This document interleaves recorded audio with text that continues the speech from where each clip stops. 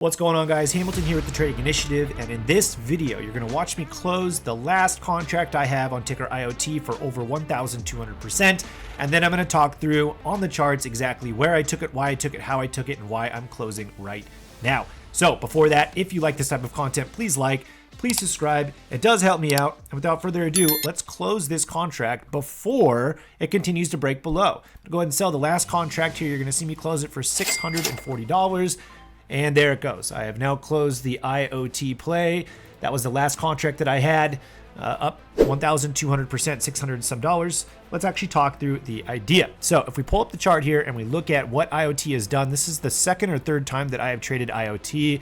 We have to start with the TTI process, the sector, the industry, the market cap, etc. If you go all the way back to the beginning of the year, the areas that were really starting to press were semiconductors, tech, and most notably this AI theme. So if we actually go to the AI ticker here, you can see it's been an absolute scream this entire year. Whether or not it's a bubble, I don't care. We're traders. We'll trade bubbles all the time. You just have to be on the right side of the bubble. So we were looking at this ticker AI and we go, man, this looks like a great opportunity, but it's super volatile. Back when we were originally looking at it in February, the ADR was still sky high, 13%, meaning on any given day, this ticker will move from peak to trough 13%. That is incredibly volatile, especially if we're trying to trade options. So we went and we hunted for opportunities outside of AI, sympathy plays, if you will. And just, what we saw was this AI particular play. And this happens to be a TTI setup that we like to refer to as our big blue sky setup. If you're inside TTI, you know what this means, but essentially we're targeting small, mid-cap, recent IPOs. This fit the description. Above the 200-day moving average, the RSI above the 50, ADR above 3 with a way more manageable 6%. If you're trading options, that is way better than 13. And of course, we had at the time 0 or very little volume above the horizontal level. So our first opportunity was bound down here. We entered the trade. We got the pop up through ER, had no idea it was going to happen, and we actually sold the original position on the downtrend here. It was a good trade. It was not max profitability, but still a decent opportunity. Then we continued to watch IoT because we were still watching AI. AI was still catching a bid. It looked fantastic, but once again, it was a hard trade. It was a crowded trade. Everybody on FinTwit was looking at it. It was in everybody's attention. The options chain was like 300% IV. It was just nuts. And so we said, why don't we just wait for IoT to follow AI on the way down? And if we get another opportunity at the 17 retest, which is what we originally bought when we bought back in early March, late February, we can take a very high reward, low risk trade. What do I mean by that? Well, we're buying a pullback, and it's not generally something we do in TTI a whole lot, but we were pulling back into a significant level that we had already tried to buy the breakout of. The previous trade was profitable, so we said, why don't we just attempt to buy the 17 bounce, and if it doesn't bounce, we will close our position for a very minor loss. Essentially, we were buying right here. Right? We said, listen, if this does not bounce, if we come down into the 16.5s, we'll be risking about 50 cents per share, but we're looking for a potential retest of that $22 area. If you didn't see the contract that I just sold, I sold the 22.5s. We were targeting the exact same price target we had previously. Why wouldn't we? Mathematically, this makes sense. So we bought the 17 retest, exactly, almost to the dot, within the middle line, and we waited. We said if we close back down in towards 16.5, we don't want it anymore, but we didn't. Instead, we bounced, then we started to pull back slightly, but the contract was up, so we continued to hold it, and then lo and behold, we get the huge power earnings gap that we were already up in the contract prior.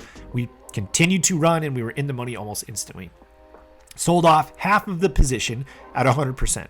Why do we do that? It was more than 100% because obviously we got the huge gap up through earnings. We sell half of our position at 100% or more to make the other half free. I mean, that's it. We just want to close half of the position to take all risk out of the trade, and the remaining portion of the position we can let run for theoretically infinite amount, which is how these Grand Slam trades really start to form.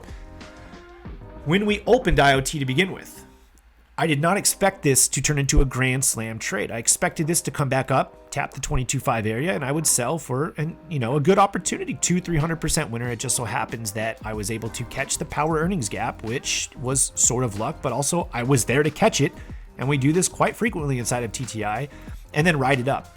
I took more profit off of the books at the next profit target at 30.50. That's where we generally take the next portion of our profit. I held one contract thinking maybe we could continue to press, but with today's pullback, I said, listen, I'm up 1,200.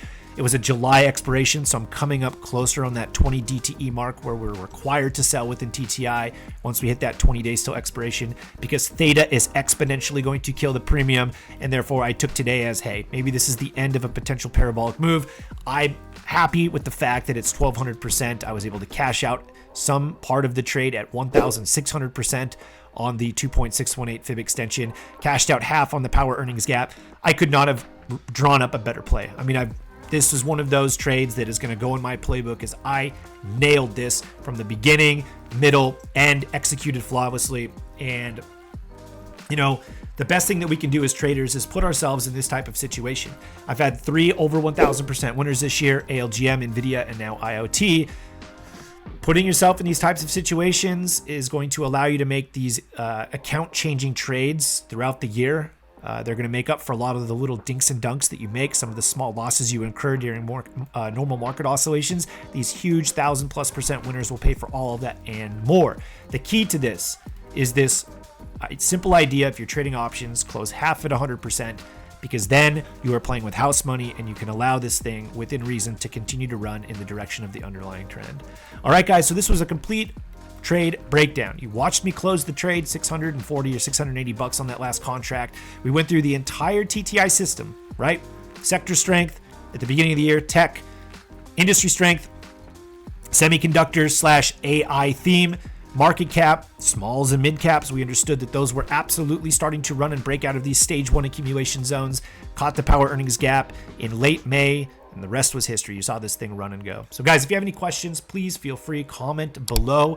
And if you're interested in trading with TTI, we do specialize on swing trading. We help guys or girls that have full-time jobs and time commitments bring in over 10K per month. That's the goal. We don't day trade. We don't work with small accounts. So if you have a larger account and you don't have a lot of time to trade, this type of stuff makes sense to you and you want to learn how to do it, click the link below and I'll catch you in the next video.